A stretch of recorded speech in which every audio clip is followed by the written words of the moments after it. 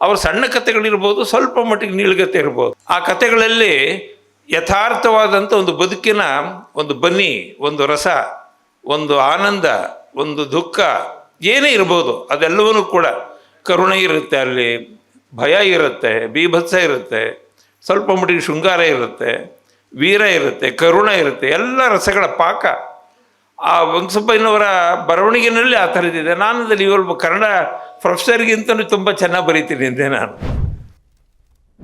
ನಂದೊಂದು ಸಹಜ ಪ್ರವೃತ್ತಿ ಅದು.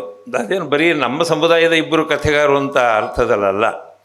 ಬೇರೆ ಬೇರೆ ಸಮುದಾಯದಲ್ಲಿ ಹೀಗೆ ಎಲೆಮರಿಕಾಯಿ ಅಂತಿರೋರನ್ನ ನನಗಿಷ್ಟ ಆಯಿತು ಅಂದರೆ ಅವ್ರ ಜೊತೆ ಬೆರೆತು ಅವ್ರ ಪುಸ್ತಕಗಳನ್ನು ಏನಾದರೂ ಮಾಡಿ ಹೊರತರೋದು, ತಂದು ಸಂತೋಷ ಪಡೋದು. ಇದು ನಾನು ವೈಯಕ್ತಿಕವಾಗಿ ನಂದೇನು ಅಂದರೆ ಈ ತರೋ ಮೂಲಕ ಸಂತೋಷಪಟ್ಟಿದ್ದೀನಿ ಕಣ್ರಿ. ಅವರ ಕಥೆಗಳನ್ನು ಪ್ರೂಫ್ ತಿದ್ದಿರ್ಬೋದು, ಕಥೆಗಳನ್ನು ಜೋಡಿಸಿರೋದು, ಕಥೆಗಳಿಗೆ ಶೀರ್ಷಿಕೆ ಕೊಟ್ಟಿರೋದು, ಇವೆಲ್ಲವೂ ನನಗೆ ಸಂತೋಷ ತರೋ ಸಂಗತಿ. ಅದು ಮೊದಲಿಂದಲೂ ಅದೊಂದು ನನಗೆ ಅಂಟಿಕೊಂಡಿರುವ ಒಂದು ಅದು ಅಂಟಿಕೊಂಡಿದೆ ಅಷ್ಟೇ. ಅದು ಯಾಕೆ ಅಂಟಿಕೊಂಡಿದೆ ಅಂತ ನನಗೂ ಗೊತ್ತಿಲ್ಲ. ಈ ರೀತಿ ನಾನು ಅವರಿಬ್ಬರನ್ನ ನಾನು ಸಮೀಪ ಡಾಕ್ಟರ್ ಬಿ ಪಿ ರಾಮಯ್ಯನವರು 25 ವರ್ಷಗಳ 30 ವರ್ಷ ಧಾರವಾಡದಲ್ಲಿ ವಿದ್ಯಾವರ ಸಂಘದಲ್ಲಿ ಅವರ ಥೀಸಿಸ್, ಅವರ ಮಹಾಪ್ರಬಂಧ ಲೋಕಾರ್ಪಣೆ ಆದಾಗ ಅವರಿಗೆ ಮಾರ್ಗದರ್ಶಕರಾಗಿದ್ದಂಥವರು ಮಹಾ ದೊಡ್ಡ ವಿದ್ವಾಂಸರು. ಡಾಕ್ಟರ್ ಎಸ್ ಎಂ ವೃಷಭೇಂದ್ರ ಸ್ವಾಮಿಗಳು, ಅವರು ಕುವೆಂಪು ಅವರ ಪರಮಶಿಷ್ಯರವರು. ಅವರು ಒಂದು ಸರಿ ಹೋದಾಗ ನೋಡಿ ಮಲ್ಲೇಪುರಂ, ನಿಮ್ಮ ಸಮುದಾಯದ ರಾಮಯ್ಯ ಒಂದು ಒಳ್ಳೆ ಥೀಸಿಸ್ ಮಾಡಿದ್ದಾರೆ, ನೀವು ಪುಸ್ತಕ ಬಿಡುಗಡೆ ಮಾಡಬೇಕು ಅಂದರು. ಅವರು ಅವ್ರ ಜೊತೆ ಮಾತಾಡಿದರು ಅಂತ ಅನಿಸುತ್ತೆ. ಅಲ್ಲಿಂದ ನನಗೂ ರಾಮಯ್ಯನವರಿಗೆ ಸಂಬಂಧ. ನನ್ನ ಕಂಡ್ರೆ ಅವರು ನನಗಿಂತ ತುಂಬ ಹಿರಿಯರು, ಆದರೆ ನನ್ನ ಬಗ್ಗೆ ಭಾಳ ಅವರಿಗೆ ಎಷ್ಟು ಗೌರವ, ಎಷ್ಟು ಪ್ರೀತಿ ಅಂದರೆ ಅಷ್ಟೊಂದು ಪ್ರೀತಿ. ಅವರ ಶ್ರೀಮತಿಯವರು ಇಲ್ಲಿದ್ದಾರೆ, ಅವರ ಕುಟುಂಬ ಅವ್ರಿಗೆ ಇಲ್ಲಿದೆ. ನಿಮ್ಮೆಲ್ಲರಿಗೂ ಕೂಡ ನಾನು ಆ ಕುಟುಂಬದವರಿಗೆ ಮತ್ತು ನಮ್ಮ ವೆಂಕಟಸುಬ್ಬಯ್ಯನವ್ರ ಕುಟುಂಬದವರಿದ್ದೀರಿ, ನಮ್ಮ ಬಂಧುಗಳಿದ್ದೀರಿ, ನಮ್ಮ ಸಮಾಜದ ಬಾಂಧವರಿದ್ದೀರಿ, ನೀವೆಲ್ಲರಿಗೂ ನಾನು ಮತ್ತೊಮ್ಮೆ ನಮಸ್ಕಾರ ಹೇಳ್ತಾ, ವೆಂಕಟಸುಬ್ಬಯ್ಯನವರು ಎಷ್ಟು ಚೆನ್ನಾಗಿ ಮಾತಾಡಿದ್ರು ಅಂದರೆ ಅವ್ರ ಕಥೆಗಳು ಅಷ್ಟೇ. ನಾನು ಆ ಕಥೆಗಳು ಓದುವಾಗ ಅಂದರೆ ನೀವೇನು ಮಾಸ್ತಿ ಕಾಲದ ಕಥೆಗಾರ ಏನ್ರಿ ಅಂತಿದ್ದೆ ನಾನು. ಮಾಸ್ತಿಯವ್ರ ಕಾಲದಲ್ಲಿ ಒಂದು ಕಥೆ ರಚನೆ ಮಾಡುವಂಥ ಒಂದು ಕ್ರಮ ಇದೆ. ಸಣ್ಣ ಕಥೆ ಇರಲಿ, ದೊಡ್ಡ ಕಥೆಗಳಿರಲಿ, ಅಂಥ ರೀತಿಯ ಕಥೆಗಳನ್ನು ಬರೆಯುವ ಒಂದು ಎಷ್ಟು ಎಷ್ಟು ಸೂಕ್ಷ್ಮವಾಗಿ ಕಲೆಗಾರಿಕೆಯಿಂದ ಬರೀತಾರೆ ಅಂದರೆ ವೆಂಕಟಸುಬ್ಬಯ್ಯನವರು. ಅವ್ರ ಸಣ್ಣ ಕಥೆಗಳಿರ್ಬೋದು, ಸ್ವಲ್ಪ ಮಟ್ಟಿಗೆ ನೀಳ್ಗತೆ ಇರ್ಬೋದು.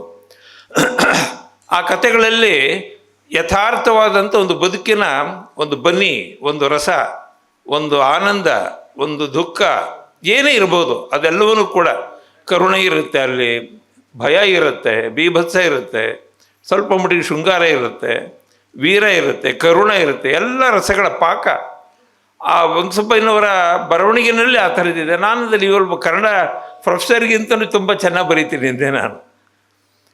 ಅದರ ಅವರು ಸಮಾಜಶಾಸ್ತ್ರದ ಪ್ರಾಧ್ಯಾಪಕರಾಗಿ ಅಂತಾರಾಷ್ಟ್ರೀಯ ವಿದ್ವಾಂಸರವರು.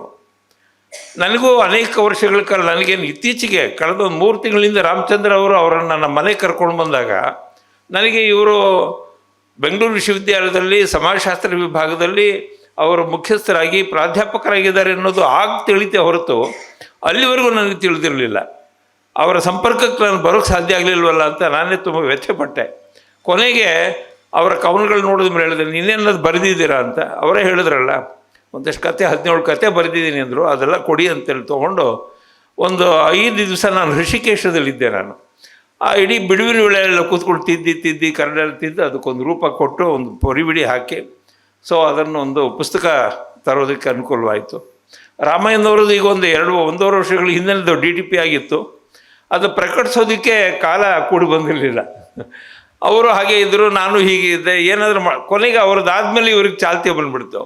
2 ಒಟ್ಟಿಗೆ ಜೋಡಿಸಿ 2 ಕಥಾ ಸಂಕಲನಗಳು ತಂದರೆ ಚೆನ್ನಾಗಿರುತ್ತಲ್ವ, ನಮ್ಮ ಸಮಾಜಕ್ಕೊಂದು ಮೆಸೇಜ್ ಹೋಗುತ್ತೆ. ಇದು ಅಪ್ಪ, ಇದರಲ್ಲಿ ಹಿರಿಯರಿಬ್ಬರು ಕಥೆಗಾರಿದ್ರು, ಹಿರಿಯರಿಬ್ಬರು ಲೇಖಕರಿದ್ದರು ಅನ್ನೋದು ನಮ್ಮ ಸಮಾಜ ಗೊತ್ತಾಗಬೇಕು. ಒಂದು ಚರಿತ್ರೆ ದಾಖಲೆ ಆಗಬೇಕದು. ಚರಿತ್ರೆ ದಾಖಲೆ ಅಷ್ಟು ಮಾತ್ರ ಅಲ್ಲ, ನಮ್ಮ ಈಗ ತಾನೇ ನಾನು ನಿಡಸಾಲ್ ಪುಟ್ಟಸ್ವಾಮಿ ಜೊತೆ ಮಾತಾಡ್ತಿರುವಾಗ ಅವ್ರು ಹೇಳಿದ್ರು, ಗುರುಗಳೇ, ಈ ಮಾರ ಇದೆಯಲ್ಲ ಕಥೆ ತುಂಬ ಚೆನ್ನಾಗಿದೆ, ಓದ್ದೆ ನಾನು, ಇದನ್ನೇನಾದರೂ ನೋಡಿ ಸಿನಿಮಾ ಮಾಡಬೇಕಲ್ಲ ಅಂದರು ಅವರು. ಆಮೇಲೆ ನಾನು ಹೇಳಿದೆ ಖಂಡಿತ ಮಾಡಿದ್ದು. ಅವರು ಸಿನಿಮಾ ನಟರು, ನಿರ್ದೇಶಕರು, ನಿರ್ಮಾಪಕರು, ಪ್ರಕಾಶಕರ ಸಂಘದ ಅಧ್ಯಕ್ಷರು, ನಾನಾ ಮುಖಗಳಿದೆ ನಮ್ಮ ನಿಡಸಾಲಿ ಪುಟ್ಟಸ್ವಾಮಯ್ಯನವರಿಗೆ. ಅದಕ್ಕೆ ಅವ್ರೀಗ ಮಾರ ಅನ್ನೋ ಕಥೆನ ತಗೊಂಡು ನಾನು ಸಿನಿಮಾ ಮಾಡ್ತೀನಿ ಅಂದಿದ್ದಾರೆ. ನೀವು ಡೈಲಾಗ್ ಬರೀಬೇಕು ಅಂದರು. ಬೇಡ, ಅದನ್ನು ರಾಮಯ್ಯನವರಿಗೆ ವಹಿಸೋಣ, ಇಡೀ ಕಥೆಯನ್ನೊಂದು ಡೈಲಾಗ್ ಮಾಡಿ ಸಿನಿಮ್ಯಾಟಿಕ್ ಒಂದು ಫ್ರೇಮ್ ವರ್ಕ್ ಬರಲಿ ಅಂತ ಹೇಳಿದೆ. ಬಹುಶಃ 2026 ಅದು ಚಿತ್ರೀಕರಣಗೊಂಡು ಸೆಟ್ ಏರ್ಬೋದು ಅಂತಲ್ಲ, ಸೆಟ್ ಏರುತ್ತೆ ಅಂತನ್ನಿ. ಆ ರೀತಿ ಆಮೇಲೆ ರಾಮಾಯಣವ್ರದ್ದು ಕೂಡ ಕಥೆ ತುಂಬ ನಮ್ಮ ಸಮಾಜದ, ಅದೇ ಹೇಳಿದ್ರಲ್ಲ, ನಾನು ಅದ್ರಲ್ಲಿ ಬರೆದಿದ್ದೀನಿ ಬೆನ್ನುಡಿಯಲ್ಲಿ ಎರಡಕ್ಕೂ ಇದೆ. ನಮ್ಮ ಸಮಾಜದ ಏನೇನು ಕಷ್ಟ ಕಾರ್ಪಣ್ಯಗಳಿತ್ತು, ಈ ಸಮಾಜ ಹೇಗೆ ಬದುಕ್ತು, ಈ ಸಮಾಜದಲ್ಲಿ ಎಷ್ಟೆಷ್ಟು ಕುಂದುಕೊರತೆಗಳಿದ್ವು, ಎಷ್ಟೆಷ್ಟು ಮಟ್ಟಿಗೆ ಕೀಳರಿಮೆಯಿಂದ ನರಳ್ತಾ ಇದ್ರು, ಇನ್ನೊಂದು ಸಮಾಜ ಹೇಗೆ ಇವರನ್ನು ಕಿತ್ತಿ ತಿಂತಾಯಿತ್ತು ಅನ್ನೋದನ್ನೆಲ್ಲ ತುಂಬ ಅವರ ಇಡೀ ಕಥೆಗಳಲ್ಲೆಲ್ಲ ಇದೊಂದು ಮಾಂತ್ರಿಕ ಶಕ್ತಿಯ ಥರ ನಡೆಯುತ್ತೆ ಅದು. ಹಾಗಾಗಿ ಈ ಇಳುವಯಸ್ಸಿನ ಸಂಜೆ ಕಥೆಯಲ್ಲಿ ಒಂದು ಮಾಸ್ತಿಯವರ ಕಥಾಧಾರೆ ಇದ್ದರೆ, ನಮ್ಮ BP ರಾಮಯ್ಯನವರ ಕಥೆಯಲ್ಲಿ ಈ ದಲಿತ ಮತ್ತು ಬಂಡಾಯದ ಸ್ವರೂಪ ಇರುವ ಕಥೆಗಳನ್ನು ಇವರು ಬರೆದಿದ್ದಾರೆ. ಅಂದರೆ ಎರಡೂ ಕಥೆಗಳು ಬೇರೆ ಬೇರೆಯ ಆಗಿದ್ದರೂ ಕೂಡ ಕಥೆಯ ಕಲಾತ್ಮಕ ನಿರೂಪಣೆಯಲ್ಲಿ ಮಾತ್ರ ಇಬ್ಬರೂ ಕೂಡ ಒಳ್ಳೆ ಗಟ್ಟಿತನ ಮೆರೆದಿದ್ದಾರೆ. ಇಷ್ಟು ಒಳ್ಳೆ ಕಥೆಗಳನ್ನು ಅವರಿಬ್ಬರು ಬರೆದಿದ್ದನ್ನೆಲ್ಲೋ ಹಾಗೆ ಕಥೆಯಲ್ಲಿ ಮಣ್ಮರೆಯಾಗಿಬಿಡ್ತಿದ್ವಲ್ಲ, ಏನೋ ಒಂದು ಕಾರಣದಿಂದ ಈಗ ಹೊರಗಡೆ ಬರೋದಕ್ಕೆ ಪುಸ್ತಕ ತರಬೇಕು ಅನ್ನುವಾಗ ನನ್ನ ಮಿತ್ರರಾದಂಥ ಪ್ರಕಾಶಕರಾದಂಥ ಅನ್ನಪೂರ್ಣ ಪಬ್ಲಿಕೇಶನ್ಸಿನ BK ಸುರೇಶ್ಗೆ ಹೇಳಿದೆ, ಸುರೇಶ್ ತನ್ರಿ ಇದನ್ನು ಎರಡೂ ಅಂತಂದು. ಅವ್ರು ನಾನು ಒಂದು ವಿಶೇಷ ಅಂದರೆ ನಾನು ಏನು ಹೇಳಿದ್ರು ಕೇಳ್ತಾರೆ ಕೆಲವರು, ತನ್ರಿ ಇದನ್ನು ಏನಾದರೂ ಆಗಲಿ ಅಂತ. ನೋಡಿ, ಕಾರ್ಯಕ್ರಮಕ್ಕೆಲ್ಲ ವ್ಯವಸ್ಥೆ ಮಾಡಿದ್ರು ರಾಮಚಂದ್ರ ಅವರು. ಇನ್ನು ಉಳಿದಿದ್ದೆಲ್ಲ ನೀವು ಮಾಡ್ರಪ್ಪ ಅಂತ ಸುರೇಶಿಗೆ ಹೇಳಿದೆ. ಇಬ್ಬರೂ ಕೈ ಜೋಡಿಸಿದ್ದರಿಂದ ಈ ಕಾರ್ಯಕ್ರಮ ಇಲ್ಲಿ ಇಷ್ಟು ಚಂದವಾಗೋದಕ್ಕೆ ಕಾರಣ ಆಯಿತು. ಆ ಇಬ್ಬರೂ ಹಿರಿಯರು, ಅವರ ಇಳಿ ಸಂಜೆನಲ್ಲಿರೋರು ಇಬ್ಬರು ಕೂಡ ಅವರು ಇವತ್ತು ಈ ಪುಸ್ತಕ ನೋಡಿ ಆನಂದ ಪಟ್ಟಿದ್ದಾರೆ. ಈ ಆನಂದಕ್ಕಿಂತ ಮಿಗಿಲಾದದ್ದು ಏನೂ ಇಲ್ಲ. ಮತ್ತು ನಮ್ಮ ಸಮಾಜಕ್ಕೊಂದು ಮೆಸೇಜ್ ಹೋಗಿದೆ, ಇಲ್ಲಪ್ಪ ನಮ್ಮಲ್ಲಿ ರಾಮಯ್ಯ ಅಂತವರು, ವೆಂಕಟಸುಬ್ಬಯ್ಯನವರು ಅಂತ ಒಳ್ಳೆ ಕಥೆಗಾರಿದ್ದಾರೆ ಅನ್ನೋದು ಇವತ್ತು ಗೊತ್ತಾಯಿತು. ನನಗೂ ಗೊತ್ತಿರಲಿಲ್ಲ, ಅಂದರೆ ವೆಂಕಟಸುಬ್ಬಯ್ಯನವ್ರ ಬಗ್ಗೆ ಗೊತ್ತಿರಲಿಲ್ಲ. ಮತ್ತು ಇದನ್ನೆಲ್ಲ ಈಗ ನಮ್ಮ ರಾಮಾಯಣವ್ರದ್ದು ವೆಂಕಟಸುಬ್ಬಯ್ಯ ಇಬ್ಬರ ಕಥೆಗಳನ್ನು ನೀವು ಓದಬೇಕಾದ್ದು. ತುಂಬ ಸರಳವಾಗಿದೆ, ತುಂಬ ಚೊಕ್ಕಟವಾಗಿದೆ, ಅಚ್ಚುಕಟ್ಟಾಗಿದೆ. ಹೆಚ್ಚು ಈ ಸಂಸ್ಕೃತದಲ್ಲಿ ಒಂದು ಮಾತು ಹೇಳ್ತಾನೆ, ನಾತಿ ಹ್ರಸ್ವಂ ನಾತಿ ದೀರ್ಘಂ ಅಂತ. ತುಂಬ ಚಿಕ್ಕದಲ್ಲ, ತುಂಬ ದೀರ್ಘ ಅಲ್ಲ. ಒಂದೇ ಸಿಟ್ಟಿಂಗ್ನಲ್ಲಿ ಒಂದು ಅರ್ಧ ಗಂಟೆ ಕೊಟ್ಟರೆ ಒಂದು ಕಥೆ ಓದ್ಬೋದು. ಕತೆ ಓದ್ಬಿಟ್ಟು ಹಂಗಿಡಿ, ನಿಮ್ಮ ಮನಸ್ಸಿಗೆ ಎಷ್ಟು ಬರುತ್ತೆ ಅಂದರೆ ಎಂಥ ಒಳ್ಳೆ ಕತೆ ಬರೆದ್ರಪ್ಪ ಈ ಕತೆಗಾರರು ಅಂತ. ಲೇಖಕರು ಮಾತ್ರ, ಅವರು ಕತೆಗಾರರು, ಇಬ್ಬರೂ ಕತೆಗಾರರು. ಇವರು ವಿದ್ವಾಂಸರು, ನಮ್ಮ BP ರಾಮಯ್ಯನವರು. ಇಂಥ ಒಳ್ಳೆ ಕತೆಗಳನ್ನು ಅವರು ಬರೆದಿದ್ದಾರೆ. ಆಮೇಲೆ ಈ ಕಾರ್ಯಕ್ರಮ ಹೇಗೆ ಮಾಡಬೇಕು ಅಂದಾಗ ನಾನು ನಮ್ಮ ಸುರೇಶಿಗೆ ಹೇಳಿದೆ, ನೋಡಪ್ಪ, ನಮ್ಮ ವಸುಂಧರಾ ಭೂಪತಿ ಕೈನಲ್ಲಿ ಲೋಕಾರ್ಪಣೆ ಮಾಡಿಸ್ಕೊಳ್ಳೋಣ. ನಮ್ಮ ನಿಡಸಾಲಿ ಪುಟ್ಟಸ್ವಾಮಯ್ಯ ಅಂತ ಒಬ್ಬ ಆನೆ ಅಂದರೆ ನಾನು ವಾಚ್ಯಾರ್ಥದಲ್ಲ, ಅದನ್ನು ಲಕ್ಷ್ಯಾರ್ಥದಲ್ಲಿ ಹೇಳ್ತಿದ್ದೀನಿ. ಆನೆ, ಕೇಶರಾಜ ಹೇಳ್ತಾರೆ, ಆನೆ ನಡೆದುದೇ ಮಾರ್ಗಂ, ಪದ ಬಿಡಲು ಒರೆಸುವುದೇ ಭಂಗಿ, ಕೇಶವಂಗಿ ಇದರುಂಟೆ ಅಂತ ಹೇಳ್ತಾನೆ. ಆನೆ ಅಂತಂದರೆ ಸಾಧು ಪ್ರಾಣಿ, ಅದೇ ರೀತಿ ತನ್ನದೊಂದು ದಾರಿಯನ್ನೇ ನಿರ್ಮಾಣ ಮಾಡ್ತದೆ. ಕರ್ನಾಟಕದ ಪ್ರಕಾಶಕ ಸಂಘದಲ್ಲಿ ಒಂದು ದಾರಿ ನಿರ್ಮಾಣ ಮಾಡಿದವರು ಅವರು. ಅಂಥವ್ರ ಅಧ್ಯಕ್ಷತೆ ಇರಲಿ ಅಂಥೇಳಿ ಮತ್ತು ಉಳಿದಂತೆಲ್ಲ ಸೇರಿ ಇವತ್ತು ಈ ಕಾರ್ಯಕ್ರಮ ತುಂಬ ಸಂಪನ್ನ ಆಗಿದೆ. ತುಂಬ ಒಳ್ಳೆಯ ಪುಸ್ತಕಗಳು ಇವತ್ತು ನಮ್ಮ ಅನ್ನಪೂರ್ಣ ಪಬ್ಲಿಕೇಶನ್ನ ಸ್ನೇಹಿತರು ತುಂಬ ಅಚ್ಚುಕಟ್ಟಾಗಿ ಪ್ರಿಂಟ್ ಮಾಡಿದ್ದಾರೆ.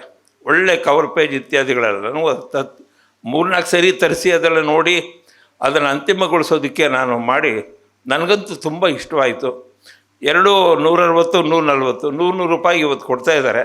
ಸಾಧ್ಯವಾದಷ್ಟು ಕೊಂಡ್ಕೊಂಡ್ರೆ ನಮ್ಮ ಪ್ರಕಾಶಕರು ಸ್ವಲ್ಪ ಆ ಕಣ್ಣಲ್ಲಿ ಆನಂದದ ನಗೆ ಅವ್ರ ಮುಖದಲ್ಲಿ ಬರಲಿ ಅಂತ ಹೇಳ್ತಾ, ಇಬ್ಬರು ಕಥೆಗಾರಿಗೂ ಇದೊಂದು ಸ್ಫೂರ್ತಿ ಸ್ಥಾನವಾಗಿ ಮುಂದೆ ಇನ್ನಷ್ಟು ಅವರು ಬರಹಗಳನ್ನು ಬರಿಬೇಕು ಅಂಥೇಳಿ ನಿಮ್ಮೆಲ್ಲರ ಪರವಾಗಿ ಅವರಲ್ಲಿ ಆಗ್ರಹಿಸ್ತೀನಿ.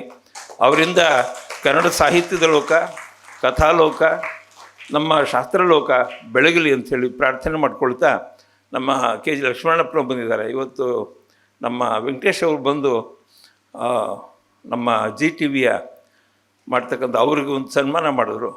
ಅದೇನೋ ನನ್ನನ್ನು ಸನ್ಮಾನ ಮಾಡಿಬಿಟ್ರು ಅವರು. ವೆಂಕಟೇಶ್ ಅಂತ ಅಂದರೆ ಭಾಳ ಕೋಮಲವಾದ ಸ್ವಭಾವದವರು ಅವರು. ಏನು ಹೆಚ್ಚು ಮಾತಾಡೋಕ್ಕೆ ಹೋಗಲ್ಲ, ನಿಧಾನವಾಗಿದ್ದು ಅದರ ಎಲ್ಲ ಹೀಗೆ ಪರದೆ ಹಿಂಗಿಡಿಸಿ ಅದನ್ನೊಂದು ನಮ್ಮ ಸಮಾಜದ, ನಾನು ಹೇಳೋದಾದರೆ ನಮ್ಮ ಸಮಾಜದಲ್ಲಿ ಈಗ ಸ್ವಲ್ಪ ಸೂಕ್ಷ್ಮ ಸಂವೇದಿಯಾದಂಥ ಒಬ್ಬ ರಾಜಕಾರಣಿ. ಅವರು ಬರೀ ರಾಜಕಾರಣಿ ಅಲ್ಲ, ಒಂದು ಸಾಂಸ್ಕೃತಿಕ ರಾಜಕಾರಣಿ. ನಮ್ಮ ಸಮಾಜದ ಭಾಳ ಅದರ ಸೂಕ್ಷ್ಮತೆಗಳೆಲ್ಲ, ಅದರ ಕಷ್ಟ ಸುಖಗಳೆಲ್ಲ ನೋಡ್ತಾ ಇರೋರು. ಅದನ್ನು ಒಂದೇನೋ ನಿರೂಪ ಮಾಡಬೇಕು ಅಂತ ಅವರು ನಿಂತಿದ್ದಾರೆ. ಅವರಿಗೂ ಕೂಡ ಶುಭವಾಗಲಿ. ಅವ್ರಿಗೂ ಕೂಡ ನನ್ನ ವೈಯಕ್ತಿಕವಾಗಿ ಅಭಿನಂದನೆಗಳನ್ನು ಹೇಳ್ತಾ ನಾನು ನಿಮ್ಮ ಮಾತುಗಳನ್ನು ಇಲ್ಲಿಗೆ ಮುಗಿಸ್ತೀನಿ.